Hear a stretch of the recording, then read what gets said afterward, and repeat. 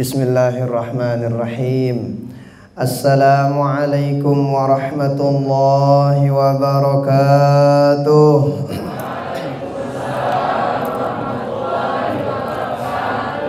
Alhamdulillah. Alhamdulillah fi mabda'i kulli amrin wa muntahah. Salatan wa salaman ala sayyidina Muhammadin istafah wa ala alihi wa ashabihi wa man walah. Wala hawla wala quwwata illa billah. Ashhadu an la ilaha illallah wahdahu la syarikalah. Wa ashhadu anna sayyidana wa maulana Muhammadan abduhu wa rasuluhu la nabiyya ba'dah.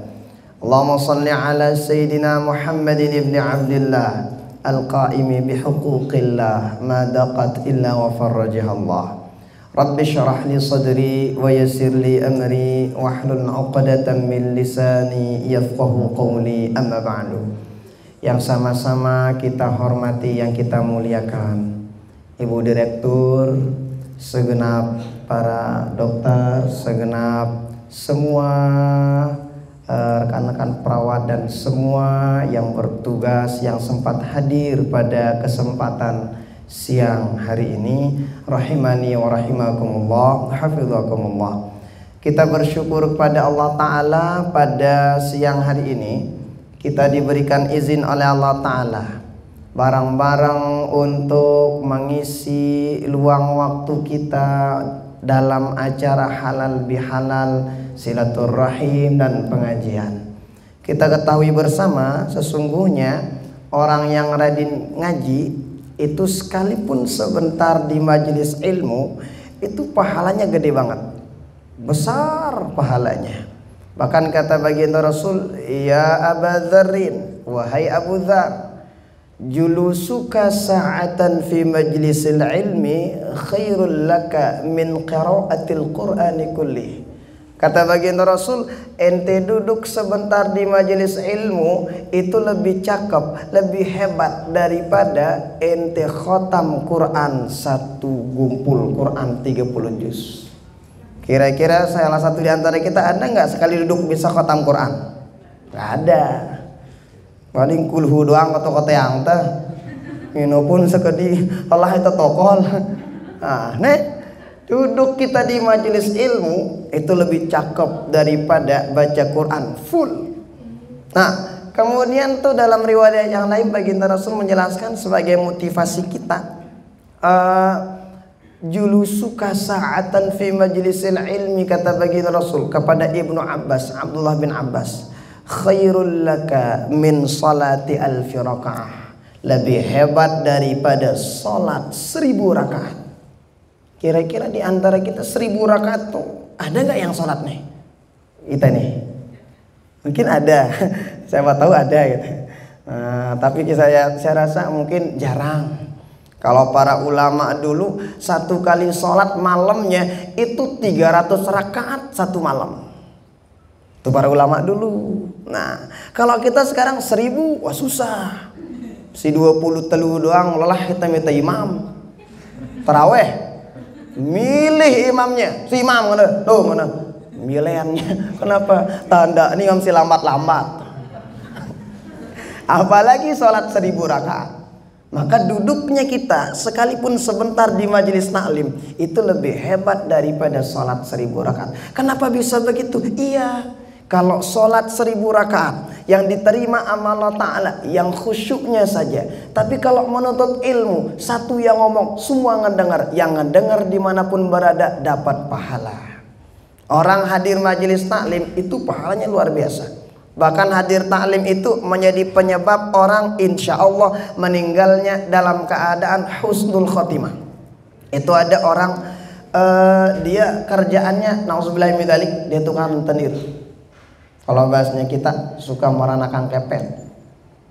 Biasanya orang yang begini, biasanya na'udzubillahi min dzalik, meninggalnya na'udzubillah, biasanya su'ul khatimah. Tapi aneh bin ajaib, pada waktu itu ada orang kerjaan yang begini, tetapi alhamdulillah lancar ngucapin kalimat syahadatnya. Apa penyebabnya? Ditanyalah sama satu ulama. Oh ternyata ada yang meninggal dunia, Fulan bin Fulan. Ini meninggal dunia di dusun saya, ada orang meninggal dunia. Nanya kepada beliau ulama tersebut. Kok aneh katanya, kenapa? Ternyata ada orang yang kerjaannya begitu kok tumben lancar ngucapin syahadatnya. Ada apa? Oh ternyata waktu itu dia pernah sekali hadir dalam taklim. Dia pernah sekali hadir dalam majelis kayak begini. Niatnya bukan untuk hadir nuntut ilmu, tapi niatnya ngapain? Mencari orang yang berhutang kepada dia. Karena waktu itu orang yang hutang itu lagi nimbrung sama orang yang lagi nuntut ilmu. Jadi dengan berotang nih ternyata ngolomilu ya dokuan le dengan siluet si nuntut ilmu. Dia niatnya nggak kesana nuntut ilmu, tapi niatnya nameta dengan si berotang. Tapi berbarengan dengan turunnya rahmat Allah, dia masuk sebentar, niatnya nggak nuntut ilmu, berbarengan dengan turunnya rahmat Allah Ta'ala. Karena berbarengan dengan turunnya rahmat Allah, itu kata para ulama yang menyebabkan dia meninggal dalam keadaan husnul khotimah. Sekali hadir taklim, enggak niat taklim, tetapi berbarengan dengan turunnya rahmat Allah. Maka apalagi pelunggu semua yang niatnya ke sini jihad fisabilillah, niatnya ke sini taklim, mudah-mudahan kehadiran kita dicatat oleh Allah Ta'ala sebagai amal ibadah, dan mudah-mudahan kita diberikan keistiqomahan pada perbaikan dan kebaikan. Amin. Salawat beriring salam kita hadiahkan kepada baginda Rasulullah sallallahu alaihi wa alihi wasallam. Mari kita bareng-bareng bersalawat. Sallallahu ala Muhammad, sallallahu alaihi wasallam, sallallahu ala Muhammad, sallallahu alaihi wasallam. Ya Nabi salam alaika, ya Rasul salam alaika, ya Habib salam alaika, salawatullah alaika. Satu salawat dibalas sama Allah Ta'ala 10.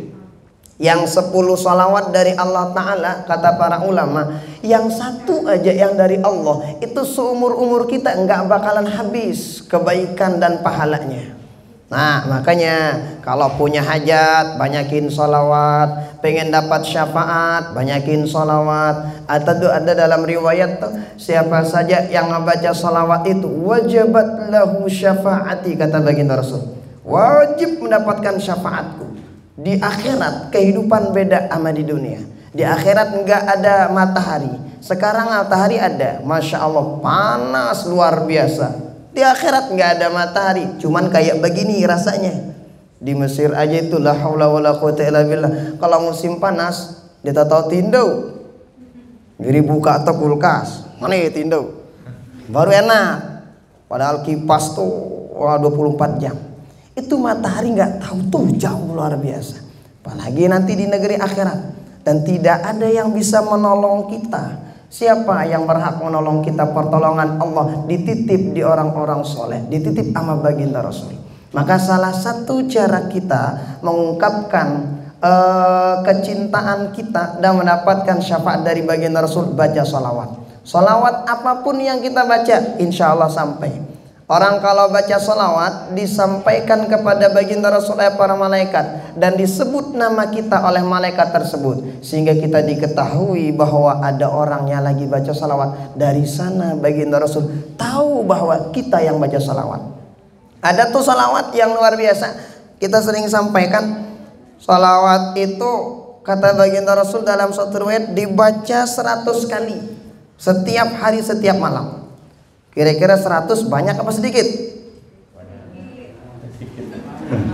Bingung itu nih. Banyak apa sedikit? Banyak. Kepeng 100.000. Banyak sedikit kan. Kerudung doang mau beli itu pun kalau tuh. Jadi ini gampang banget. Kata baginda Rasul, kita pernah diijazahkan sama guru-guru kita, kalau ngamalin sholawat ini nih, insya Allah Allah Ta'ala bakalan kasih kita hajat kita 100 hajat. Tapi dibaca setiap hari. 100 hajat itu 30 hajat dunia, 70 hajat akhirat. Nah, mungkin ada teman-teman ada hajatnya, dan kita yakin pasti semua kita punya hajat. Siapa tahu yang masih jomblo hajatnya pasti udah jelas. Apalagi bulan Syawal ini. Ini Syawal ini bulannya bulan patah hati para jomblo. Kenapa? Banyak orang nikah. Nah, baca salawat ini, insya Allah Allah berikan hajat 70 hajat akhirat, 30 hajat dunia. Gampang insya Allah. Apa katanya? Muhammad ya Rabbi salli alaih, Muhammad ya Rabbi salli alaih, Muhammad ya Rabbi salli alaih. Enggak nah. Mungkin berangkat dari rumah tugas, bismillah, bacain itu.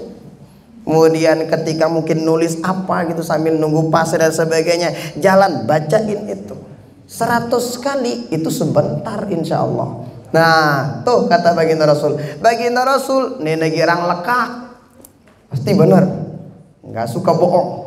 Artinya apa? Tagih janji baginda Rasul kepada kita semua. Mudah-mudahan kita semua mendapatkan syafaat beliau di dunia sampai akhirat. Amin amin ya rabbal alamin. Semua rekan-rekan sekalian, rahimani wa rahimakumullah, hafizakumullah, Ibu Direktur yang kami hormati, yang kami banggakan. Sesungguhnya Imam Asy-Syafi'i menjelaskan, kalau ada di satu daerah, di suatu tempat, apa katanya, ada dua perkara yang perkara ini sangat-sangat luar biasa. Kalau ada di suatu tempat, tempat itu bakalan aman. Satu, ilmuddin lil adyan wa ilmu thib lil abdan. Yang satu yang kita butuhkan apa? Ilmu agama. Ini sangat luar biasa. Kedua, kata Imam Syafi'i, yang penting juga apa itu? Ilmu kesehatan untuk badan kita. Sangat penting. Imam Syafi'i menempatkan kesehatan sama keimanan kok rapat banget, dekat. Kenapa? Hubungannya yang sangat luar biasa. Maka oleh karena itu, yang pertama yang ingin Tiang sampaikan, salah satu di antara tujuan berpuasa itu kan dalam Al-Quran dijelasin, la'allakum tashkurun, la'allakum tattaqun. Di antara tujuan puasa itu supaya menjadi orang yang bersyukur. Bersyukur. Bersyukur atas apa? Allah berikan kita mata, syukurin mata tersebut dengan baik. Allah berikan kita tangan, syukurin dengan baik. Allah berikan kita telinga, syukurin dengan baik. Allah berikan kita pekerjaan, nih pekerjaan yang kita lakukan, syukuri dengan baik. Nah, itu ada kisah yang sangat luar biasa. Suatu ketika ada seorang raja. Ini raja, kita tahu yang namanya raja itu dia ya udah jelas lah, hartanya banyak, tanahnya lengkap lah, semuanya nggak ada yang dicari. Tapi dia satu yang difikirkan, raja sebelah itu memiliki kekuasaan yang melebihi dari apa yang dimilikinya. Itu yang diperhatikan terus, itu yang difikirkan. Kebahagiaan nggak didapetin, kenapa? Mikirin apa yang didapetin sama orang lain. Dilihat tukang kebunnya, ini tukang kebun, masya Allah, dia bahagia banget. Padahal yang namanya tukang kebun, apalah gitu daripada raja, jauh. Martabatnya jauh, waduh beda banget gitu. Tapi dilihat, ini tukang kebun bahagia banget. Ngapain? Kenapa dia bahagia? Oh, dia dapetin ini, dia makan satu hari aja enak, dan makannya mantap banget. Nah, dilihat ini raja ini nggak ada dia dapetin kebahagiaan. Setelah itu ada orang, ini kan tuan raja lagi bingung, ada apa ini kok saya pusing-pusing dan nggak menikmati apa yang Allah berikan kepada saya. Setelah itu ternyata udahlah, dikasih ajudannya. Gini, sini Raja. Sekarang coba kasih itu yang jaga kebun duit. Kalau bahasanya kita sekarang ya, kalau dulu 100 dinar lah. Nah, dikasih tahu, ternyata benar dititipin lah 100 dinar itu kepada orang tukang kebun tersebut dari raja. Dikasih ini ajudan raja itu. Ternyata setelah dihitung dikasihlah apa namanya itu tukang kebun itu dikasih berapa? 99. Yang satunya sengaja disembunyikan sama ajudan raja. Jadi sebetulnya ajudan ini pengen ngasih tahu kepada raja, ntar ada pelajaran yang sangat luar biasa. Ternyata dikasih tahu ini ada rezeki dari raja 100 dinar. Ya kalau kita 100.000 lah atau 1 juta lah. Wah banyak, bagi orang yang begitu banyak banget. Tapi sayang 1000 sayang, yang dikasih itu 99 kurang 1. Nah apa katanya? Wah dipikirin, dihitung. Setelah dihitung ternyata ini kan duit 100. Setelah dihitung jumlahnya nggak 100, 99. Besoknya dihitung, ngelapor, kok kurang. Diajak raja itu, raja, nah itu kita lihat bagaimana kira-kira apakah bahagia yang kita kasih duit itu.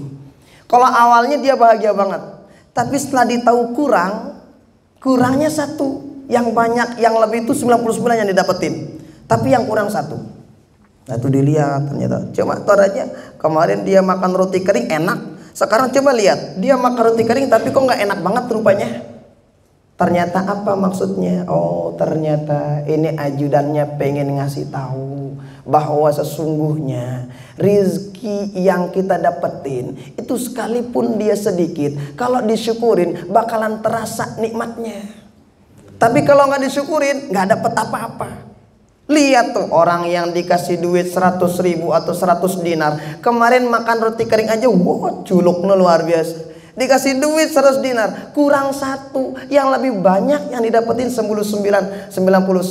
Tapi itu nggak dinikmatin. Kenapa? Memikirkan hanya 1 dinar saja. Jadi maksud tembe nangka nih pelunggu yang diberikan amanah oleh Allah Ta'ala, barang-barang untuk khidmat di sini. Nah bagus-bagus disyukurinnya. Tidak semua orang kemudian Allah berikan nikmat seperti apa yang pelunggu rasakan pada saat sekarang ini. Banyak mungkin orang yang mau, tapi kan Allah nggak kasih. Maka syukurin. Ini jalan jihad pelunggu. Kalau orang rajin tahajud, sang itu nih tebu tahajud, nih mina dengan sehat. Ntar dia sehat, bisa sholat, bisa tahajud, dapat bonus pahala kita. Maka apa yang pelunggu lakukan ini jalan pahala. Lalu bagaimana cara kita? Niatin dari rumah. Jadi lengan berangkat balik bismillahirrahmanirrahim. Jaga niatnya baik-baik. Insya Allah dari sejak pelunggu dari rumah sampai pulang itu dihitung jihad oleh Allah Subhanahu wa Ta'ala. Nah, ini nih sangat luar biasa. Maka oleh karena itu yang pertama. Kita syukuri baik-baik apa yang Allah titipkan pada saat ini. Nikmati sudah apa yang Allah berikan pada saat ini. Amun dek nikmatin jana lelah dangu. Makanya kalau ngerjain amal soleh jangan lihat lelahnya, tetapi dilihat pahalanya. Ada orang tahajud capek bangun, tapi capeknya hilang, pahalanya tetap. Pelunggu capek bangun misalnya jam sekian pasien begedor macem lah, tapi itu capeknya hilang, pahalanya tetap. Itu tetap diingat sebagai motivasi kita. Ketika membantu orang, maka lihat di sana ada pahala, di sana ada ridho Allah. Lakuin bismillah, nanti Allah balas dengannya lebih baik. Nah ini yang pertama. Nah maka oleh karena itu ini yang mungkin yang perlu untuk kita sama-sama pahamin. Barang-barang syukuri apa yang Allah berikan pada saat sekarang ini. Nah kan kita tahu tuh la in syakartum la azidannakum. Semua kita tahu siapa saja yang pandai bersyukur Allah bakalan tambah. Tapi kalau nggak pandai bersyukur, hati-hati azab Allah bakalan sangat pedih. Teman-teman sekalian rahimani wa rahimakumullah wa hafizakumullah, para karyawan-karyawati. Berikutnya Kita sekarang kan lagi halal bihalal nih. Lagi bagaimana kemudian kita saling bermaaf-maafan. Ah, kenapa? Karena kita ini bergaul satu sama lain. Kita ini bergaul sesama manusia, bukan bergaul sama malaikat. Amun barang malaikat jana nyocok di narak salahna.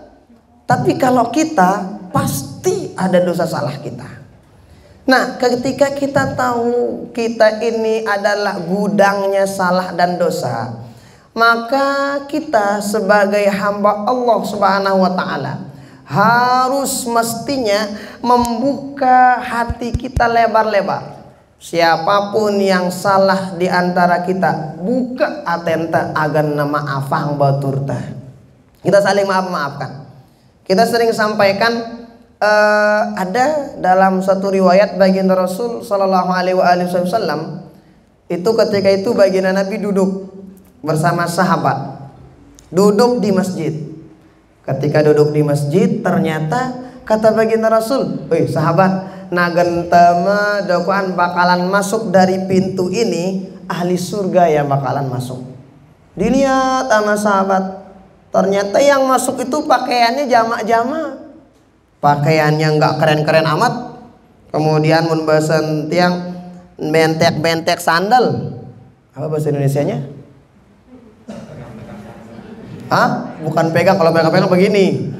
Kalau bentek-bentek jauh nang sandalnya, tama. Di bawah masuk sandalnya. Penampilannya jamak-jamak. Ah, nente bahasa Lombok ini. Apa dah?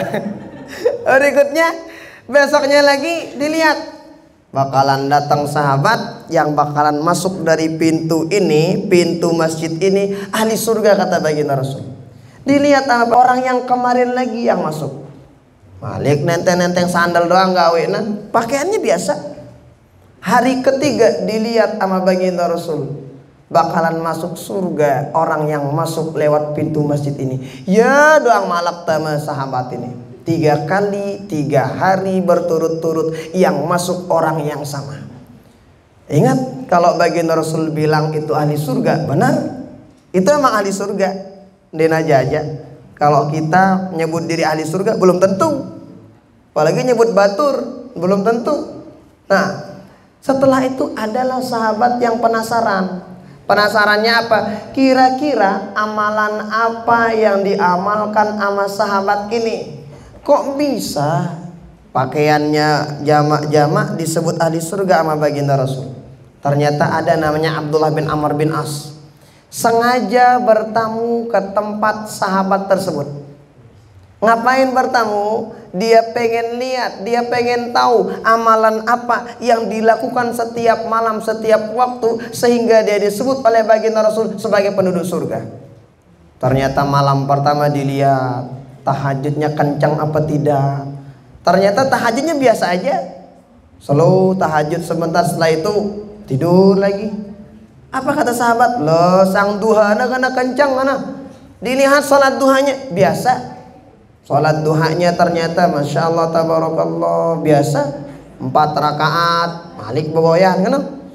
Dia lihat, oh bingung sahabat ini kira-kira amalan apa yang dilakuin. Setelah itu ternyata tibalah waktunya sahabat Abdullah bin Amr bin As pengen balik. Setelah itu dia kasih tahu, sahabat katanya kemarin kami pernah duduk-duduk sama baginda Rasul. Ternyata disebut bakalan masuk nih ahli surga dari pintu ini. Ternyata yang masuk engkau sahabat. Kira-kira apa amalan spesialmu yang engkau hadiahkan oleh Allah kepada Allah sehingga engkau disebut ahli surga oleh baginda Rasul? Sahabat ini bingung. Darah ngana. Dia kebedoe ngana. Kenapa? Kan ente lihat tahajud saya, ente lihat salat duha saya, biasa-biasa aja. Enggak katanya. Pokoknya ada deh. Apa kira-kira? Oh, ternyata dilihat dipikirin. Oh, ternyata amalan spesial sahabat ini apa itu? Setiap kali sebelum tidur nih, dia maafin siapapun yang pernah menzoliminya setiap hari itu. Salah dengan bilang jelo, dizolimi dia sama orang itu, dia maafkan sebelum dia tidur, dimaafin. Artinya apa? Hatinya dia buka lebar-lebar pintu maaf tersebut untuk orang lain. Ternyata hatinya yang gampang memaafkan itu amalan spesialnya yang ngebikin dia gampang masuk surga. Saya yakin kita semua nih arak doang dengan jahil itu, arak doang wamina itu di keruan di teman macam lah. Tapi ingat sebelum tidur maafin yang begitu-gitu. Ini kadang deh sampai ke bawah tidur, ke bawah mimpi. Parana engkun dengan singgita ya singone. Jangan begitu. Nah, jangan. Dan itu juga salah satu adab kita sebelum tidur. Jadi adab sebelum tidur itu diantaranya kalau bisa jangan lupa sebelum tidur wudu.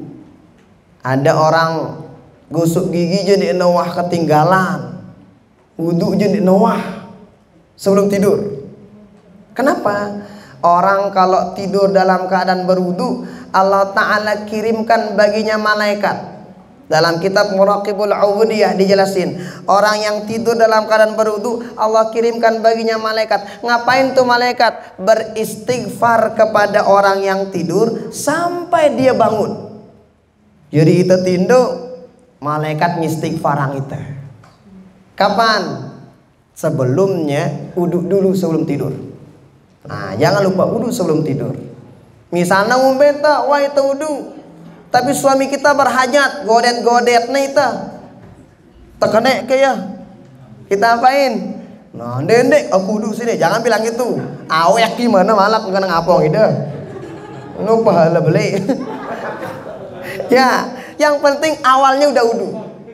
Itu pertama, adab tidur. Berikutnya, kalau tidur itu yang mati meninggal dunia dalam keadaan berwudu ketika tidur itu dihitung mata syahida. Hitungnya dihitung oleh Allah Ta'ala mati syahid. Siapa yang meninggal dalam keadaan tidur dan dia dalam keadaan berwudu. Sepele tetapi Masya Allah tabarakallah luar biasa. Oh, nah lupa sebelum tidur ini wudu dulu. Wudu aja dulu. Nah, jadi mungkin untuk jihad fisabilillah susah. Mungkin saya yakin gak ada yang ridho untuk pergi ke Palestina ditembak sama Israel. Mungkin gak ada yang mau. Tapi paling tidak sebelum tidur wudu dulu. Kalau meninggal dunia dihitung syahid oleh Allah Subhanahu wa taala. Berikutnya sebelum tidur jangan lupa baca qul huwallahu ahad 3 kali. Supaya apa? Oh, kata baginda Rasul, yang baca qul huwallahu 3 kali itu insya Allah seperti khatam Quran sebelum tidur. Enak banget. Nah ini yang berikutnya. Apa itu? Jangan lupa buka hati kita. Kita maafkan siapapun yang pernah menzolimi kita pada hari itu setiap malam. Dan ini agak susah memang, tetapi insya Allah lakuin aja. Kenapa? Dalam Al-Quran dijelaskan salah satu ciri-ciri orang bertakwa apa itu? Wal afina 'anin nas, gampang memaafkan satu sama lain. Nah, mungkin siapa tahu di antara kita, mungkin yang laki-laki ada yang pernah ya nggak enak lah sama kita, silakan dimaafkan. Nah, ini juga nih perempuan sukanya mohon maaf. Cara dengan ini mudah anda baperan, banyak baperannya, sekedi-kedi dimasukin hati, sekedi-kedi loh apa anda kadang dikumah apa sampai mati kan? Jangan. Kenapa? Semua kita punya dosa salah. Jangan kegampangan bilang begitu. Susah kalau begitu. Makanya kadang sering saya sampaikan kita nih manusia beda sama Allah. Kalau Allah Ta'ala ada orang salahnya 1000, baiknya 1, yang 1 yang Allah lihat, pengen kembali kepadanya, itu yang dilihat dan dimaafkan orang tersebut. Abu Amunita beda, bagusnya orang 1000, jeleknya 1, mana yang kelihatan? Yang 1 yang kelihatan. Nah makanya lupakan kebaikan kita kepada orang lain. Ingat kebaikan orang lain kepada kita. Supaya apa? Supaya sering dan tetap kangen kita sama orang lain.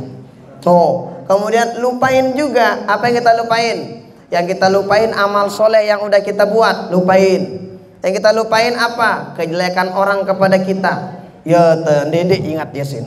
Nah itu yang kedua. Apa itu? Nela, salah satu momentum halal bihalal ini jalan kita bagaimana kemudian tersaling maaf memaafkan. Nih diantaranya yang kedua. Nah akan kita bareng-bareng buka hati kita bareng-bareng. Siapa tahu diantara kita pernah ada yang ya nggak enak lah, mungkin kita dengar ya pelunggukan kerja luar biasa lah.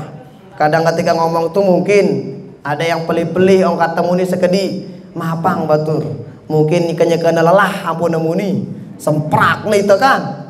Wih untuk target itu gedak kita. Maafin. Kenapa? Yang namanya orang lelah beda. Apalagi kemarin pas puasa. Bena puasa lelah malik le jumati tengahkan dengan ini. Itu bahkan nggak begitu. Nah jadi ya seperti itulah. Makanya baginda Rasul menjelaskan kullu bani adam khata. Semua kita pasti punya dosa salah. Wa khairul khata'in at-tawwabun. Dan sebaik-baik yang bersalah yang mengakui kesalahannya dan minta maaf dan saling memaafkan. Nah halal bihalal ini salah satu cara kita untuk bagaimana kemudian mempererat tali hubungan kita satu sama lain, saling memaafkan. Kira-kira sanggup pulunggu kita saling maafkan? Sanggup. Aman berarti. Nggak kita sanggup lalu dalam hati. Ndiku mana? Nggak udah benar. Maafin. Dilupainlah kejelekan-kejelekan itu. Kenapa? Seperti yang tadi kita ini hidup sesama manusia, bukan sama malaikat. Kalau sama malaikat mah ya jelas lah nggak ada salahnya gitu. Tapi kalau manusia emang tempat dosa salah kitanya. Nah ini yang kedua. Berikutnya yang ketiga. Ini juga salah satu cara kita memupuk silaturahim satu sama lain. Mungkin siapa tahu ya kan beda-beda jadwal pelunggu yang tugas. Mungkin siapa tahu satu ya kita mungkin agak susahan ketemu, tapi pada waktu ini diberikan ketemu sama Allah Subhanahu wa taala. Dalam riwayat Imam Bukhari dijelasin. Itu ada 4 kunci surga. 1, kita sembah Allah taala, jangan mensekutukan Allah. 2, wa tuqimas shalah, melaksanakan sholat. Nah nih sholat itu dilaksanakan. Nah jadi bagus-bagus isi jaga sholat. Nah insya Allah saya yakin semua kita insya Allah bisa jaga sholat. Tapi kadang sholat lagu telat si Dwi. Nah tapi insya Allah saya yakin tugas pelunggu di sini kan muhim juga, sangat-sangat penting, sangat luar biasa. Berikutnya ketiga itu bayar zakat. Nah yang keempat, kalau 1, 2, 3 insya Allah aman. Kalau yang keempat ini yang kadang agak susah. Apa itu? Watasilur rahimah. Engkau sambung tali silaturrahim, kata baginda Rasul. Jadi kunci surga yang ke-1, 2, 3 insya Allah aman. Yang keempat ini, nah ini yang agak susahan dikit. Apa itu? Sambung tali silaturrahim. Bahkan baginda Rasul menjelaskan ada 3 amalan. Ini siapa saja yang ngerjain ini, salasatun man kunna fihi hasabahullahu hisaban yasira wa adkhalahul jannah. Yang memiliki 3 ini Allah Ta'ala bakalan nanti di akhirat ringankan hisabnya dan gampang Allah Ta'ala masukin dia surga. 1, dia siapa? Mana dia? Sil man qata'ak, sambung tali silaturahim sama siapa saja yang udah mutusin silaturahim sama kita. Susah ini memang. Kadang ada orang ketika sama temen yang dia akrab, senyum, tegur sapa, lo bangun barang musun tejana di tegawang kita. Oh, kita ada tegawa apalagi kan salam, apalagi kan senyum. Nah, ini yang susah tetapi pelan-pelan. Sambung tali silaturahim, adeng-adeng. Siapa saja kan tuh dijelasin nggak bakalan masuk surga. Siapa? 1 diantaranya qati'ur rahimin, orang yang suka mutusin tali silaturahim. Itu nggak bakalan masuk surga. Nah, makanya apa yang kita lakukan pada saat sekarang ini termasuk salah satu cara kita untuk mempererat ukhuwah kita satu sama lain. Tugas pelunggu di sini beda-beda. Kita jadikan tugas tersebut Ya kalau bisa kita analogikan seperti inilah. Jari-jari kita yang 5 ini beda-beda modelnya, lain-lain. Tapi ingat, jari-jari yang 5 ini satu sama lain saling melengkapi. Oh, ada yang ini keren, ada yang ini tukang tunjuk, ada yang ini apa gawinnya nih? Ini apa nih? Kalau ini kan kadang dapat cincin, kadang ini beda-beda. Tapi masya Allah, ini kalau kita bisa ambil pelajarannya, beda-beda. Oh, yang satu ini mungkin yang jadi pemimpin harus cakep. Ini yang jadi macam-macam lah. Nah, jadi begitu juga di dalam tugas pulunggu sekarang ini, amun temili, makanya kita harus punya prinsip. Suksesnya bareng. Jangan suksesnya sendiri-sendiri doang. Sukses bareng. Ya ampun, sering kita sebutin, kalau kita pengen menang itu harus kita kuat. Nggak mungkin kita kuat kalau nggak bersatu. Nggak mungkin kita bersatu kalau nggak sering-sering silaturahim, kalau nggak sering-sering bermusyawarah, kalau nggak sering-sering kayak begini.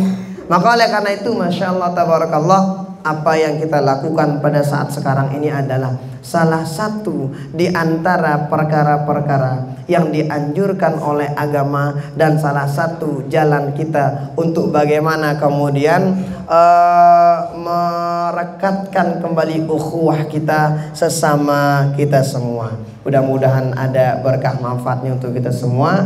Sangat udah berkatakan atau dia udah berkatakan Bapak? Mau buka sesi tanya jawab? Ada yang mau tanya enggak? Kalau ada biar belum ditutup sama Ustaz. Ya, kalau ada nanya nggak apa-apa. Kalau ada yang nanya silakan.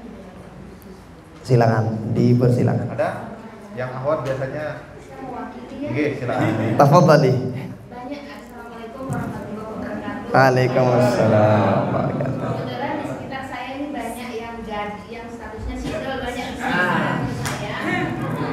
Di bulan Syawal ini, apakah ada doa khusus saya yang single ini dietengkan Assalamualaikum warahmatullahi wabarakatuh. Waalaikumsalam warahmatullahi wabarakatuh. Ada yang lain? Ada yang lain? Masya Allah. Yang nanya sudah nikah tapi nanyanya doa jomblo. Ada yang lain? Mungkin dari Ikhwan? Silakan. Tidak ada? Oke, silakan. Kira-kira apa sih doanya supaya cepat dapat jodoh? Siapa tahu mungkin yang belum laku supaya cepat laku, yang udah laku siapa tahu pengen. Bapak arahnya aku tahu. Nah, bagaimana sih? Apa ada nggak doa-doa? Memang ada amalan-amalan dari para ulama-ulama kita. Satu di antaranya itu usahakan. Pertama, kalau kata guru kita di Mesir tuh, nama beliau Syekh Yusri Jaber, perbanyak istighfar kepada Allah Subhanahu wa taala. Pertama. Kenapa? Kan dijelasin tuh, siapa saja mandawama, siapa saja dawam beristighfar, maka Allah Ta'ala bakalan kasih apa hajatnya, dikasih sama Allah Ta'ala. Itu mungkin kita pernah dengar ada orang di zamannya Imam Ahmad bin Hambal. Ini kerjaannya, ngapain kerjaannya? Ya tukang pinak ruti.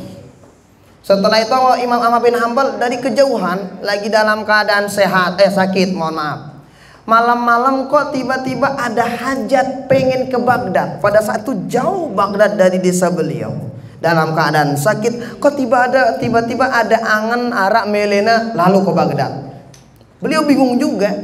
Ternyata setelah sampai ke Baghdad, sampai di suatu masjid. Ketika sampai di suatu masjid, ya kalau bahasa kita pura ini si marbot.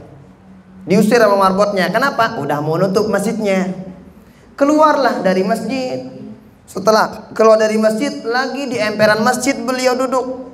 Lagi diusir sama marbotnya. Sampailah pada suatu tempat, di mana tempat tersebut seorang penjual roti kanya-kana ngulak-ngulak roti nah. Nah, bahasa pakai bahasa tanah. Nah, tuh setelah itu ternyata dilihat sama Imam Ahmad bin Hambal. Setiap kali itu ngerjain perbuatannya, dilihat ini lidahnya nggak pernah putus istighfar. Ditanya, Tuhan kan pedagang. Nah kebetulan kan Imam Ahmad bin Hambal nginep di sana. Waktu itu mampirlah, karena masjid udah nutup, nggak tahu mau kemana gitu. Waktunya udah malam lah, jam 11-an ke atas. Dilihat udah berapa tahun ngistighfar kayak begitu sambil ngulek-ngulekin rotinya. Apa katanya? Sudah 20-an tahun lebih istighfar terus istighfar. Terus katanya, ada nggak hajat yang belum dikabulkan sama Allah Subhanahu wa taala? Ada katanya. Apa itu? Saya pengen sekali ketemu sama seorang imam yang namanya Imam Ahmad bin Hambal. Apa ngatna? Bemene aku ngana julun dah ngana.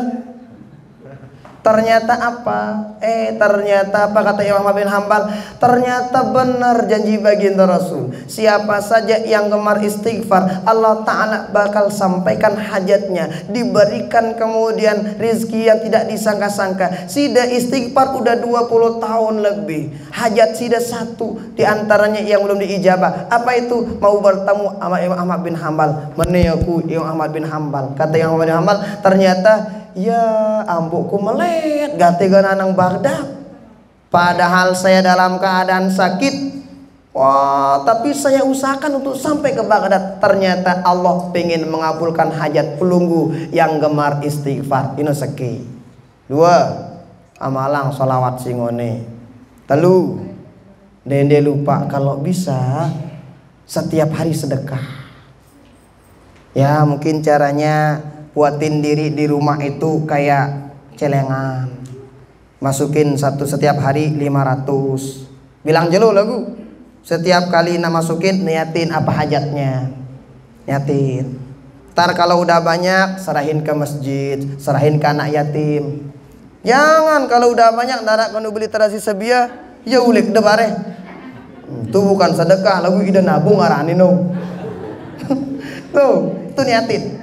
Siapapun kan kata baginda Rasul, banyak kok cara kita yang hajat-hajat yang begitu. Jadi sedekah. Daga-daga 500 bilang jelu.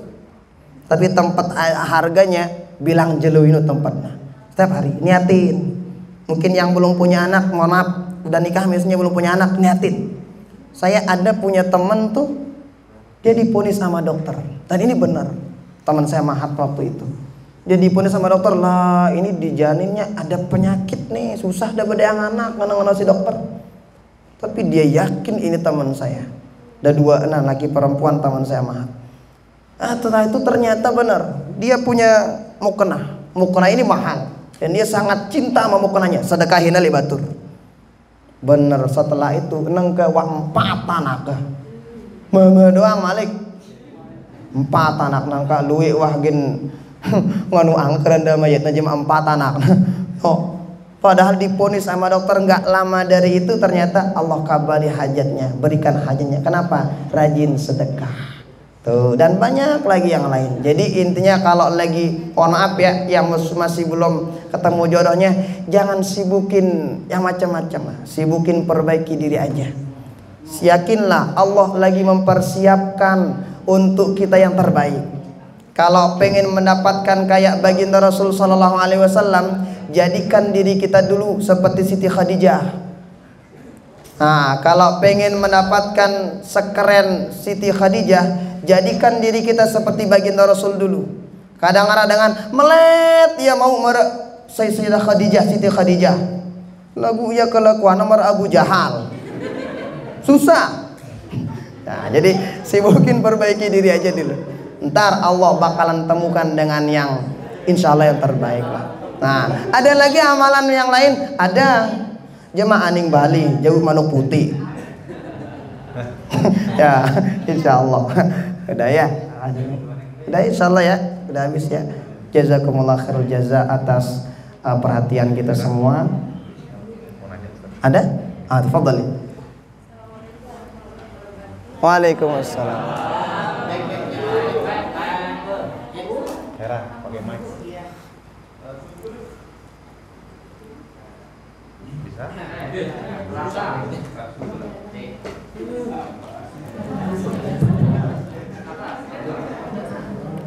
Apakah ada amalan atau cara agar kita benar-benar ikhlas seikhlas-ikhlasnya nih melupakan kesalahan orang?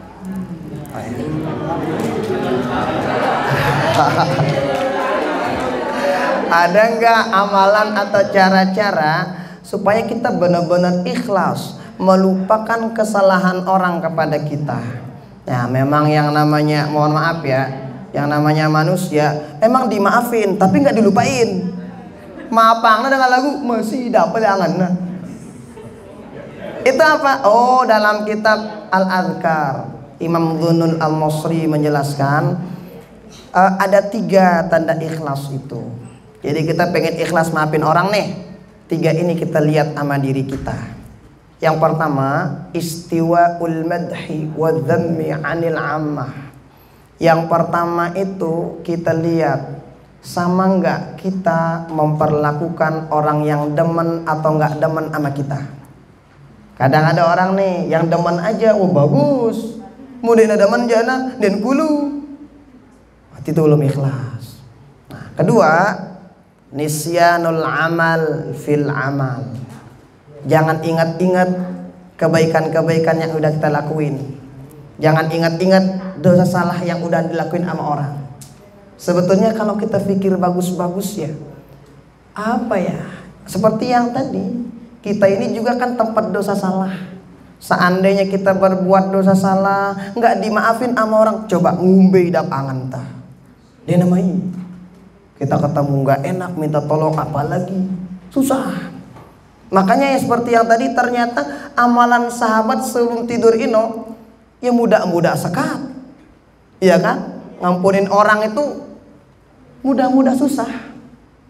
Nah, terutama yang statusnya sebagai istri, kalau misalnya suami kita peli-peli sekedi, maafin. Kadang ada istri apa ngana, si udah pilihan ngana, aku atau inanda ngana, doi lo berarti no, jangan bilang itu. Nah, jadi maafin suami kita, maafin pasangan kita. Nah, jadi itu ya. Yang kedua, lupain amal soleh yang udah kita lakuin. Kemarin kita udah sedekah, sekarang pengen sedekah lagi. Jangan diingat sedekah yang kemarin supaya pengen sedekah lagi. Mohon maaf, seperti orang BAB. Selama BAB, wah ida bakatoan, bianang teingku, wah ida ngono. Kalau udah keluar ya udah keluar aja, nggak perlu kita tanyain. Orang ngapain? Orang amal soleh juga begitu. Kalau udah amal soleh, jangan diingat-ingat. Kalau ada orang berbuat kesalahan pada kita, udah jangan diingat. Ingat kebaikannya aja diingat. Nah, yang ketiga itu iqtida'u thawabil akhirah. Kita pengen ikhlas nih misalnya, maka ingat pahala negeri akhirat. Lihat bagaimana sih buruknya orang yang nggak maafin orang. Itu yang kita lihat. Ya mungkin di dunia aja udah kerasa kita kok nggak enak banget sama dia. Apalagi kok nanti di akhirat gimana gitu ya. Nah, jadi itu yang perlu kita ingat. Nah, jadi seperti yang tadilah, ternyata amalan sahabat itu kita usahakanlah setiap hari ini bisa kita lakuin insya Allah. Yang penting adeng-adeng kah, dan itu emang butuh kesabaran, butuh latihan. Terutama wanita mama aja gampang insya Allah. Tapi kalau ibu-ibu agak bedaan dikit, karena ibu-ibu itu rata-rata kadang ngomong dulu baru mikir. Kalau kita mikir dulu baru ngomong. Untung kata talak nggak ada di istri. Kalau ada, bilang detik, luwih dengan bebalu si mama nih. Banyak. Tapi itu hikmahnya Allah taruh itu pada laki-laki. Kenapa? Kita nih mikir dulu baru ngomong. Kalau yang ini ngomong dulu baru mikir. Ngana kemudian mudi lagu no. Nah, jadi itulah sebagai salah satu ya motivasi kita supaya kita membuka hati kita selebar mungkin untuk sama-sama kita saling memaafkan. Ya, kita yang di sini kan setiap waktu bareng-bareng di rumah ada keluarga yang ini, segera maafin. Atau mungkin kita punya orang tua, segera minta maaf sama orang tua kita. Kita punya tetangga enggak klop sama kita, udah segera kita bagusin hubungan kita sesama kita. Kenapa? Hablum minallah gampang, tapi hablum minallah, hablum minan nas agak susahan dikit. Harus adalah apa namanya tuh ya, saling ridho kita. Nah, salah satu di antaranya nih, inilah apa yang kita lakukan pada saat sekarang ini, salah satu momentum yang sangat luar biasa. Kira-kira yang begini ada nggak di luar tempat? Ada. Kalau di Yaman itu namanya, kalau nggak khilaf, al-audah namanya. Audah itu kumpul-kumpul lah seperti ini selesai hari raya. Kalau di Mesir ada nggak? Biasanya kita khotaman kitab, begitu gitulah. Jadi kumpulan-perkumpulan seperti ini, insya Allah salah satu cara kita bagaimana kemudian merekatkan ukhuwah kita satu sama lain. Mudah-mudahan ada berkah manfaatnya untuk kita semua. Kita bacakan Fatihah dulu untuk kedua orang tua kita semua, guru-guru kita semua yang pernah berjasa di tempat kita ini, dan kepada Ibu Direktur, semua karyawan-karyawati yang ada di sini, dan kepada kita semua. Dan kita bacakan Fatihah juga kepada semua pasien kita, mudah-mudahan diberkahi, mudah-mudahan diberikan kesehatan, keafiatan oleh Allah Ta'ala. Dan kepada kita, keluarga kita, bil hadratin Nabi. Al-Fatihah. Bismillahirrahmanirrahim. أعوذ من الشيطان الرجيم. بسم الله الرحمن الرحيم. الحمد لله رب العالمين حمدا يوافي نعمه ويكافئ مزيدا. يا ربنا لك الحمد كما ينبغي لجلال وجهك الكريم ولعظيم سلطانك. اللهم صل على سيدنا محمد وعلى ال سيدنا محمد. اللهم اجعل جمعنا هذا جمعا مباركا مرحوما وتفرقنا من بعده تفرقا مباركا حسنا معصوما. اللهم اجعل اول هذا اليوم صلاحا واوسطها فلاحا واخرها نجاحا. تقبل منا صلاتنا وصيامنا وقيامنا وركوعنا وسجودنا وسائر عباداتنا. اللهم اجعلنا من العائدين الفائزين المقبولين ولا تجعلنا من الأشقياء المردودين برحمتك يا رب العالمين. ربنا آتنا في الدنيا حسنة في الآخرة حسنة وقنا عذاب النار. صلى الله وسلم على سيدنا محمد والحمد لله رب العالمين. الفاتحة. Jangan lupa subscribe ya, saya punya channel tuh, apa karena Ahmad Hulaifi Official namanya. Nah, di YouTube namanya Ahmad Hulaifi Official. Kalau di Facebook fanpage-nya Ustaz Ahmad Hulaifi LCMH. Jadi nggak apa-apa, itu insya Allah bermanfaat lah insya Allah. Jadi mudah-mudahan ada bermanfaatnya. Terima kasih banyak. Wassalamualaikum warahmatullahi wabarakatuh.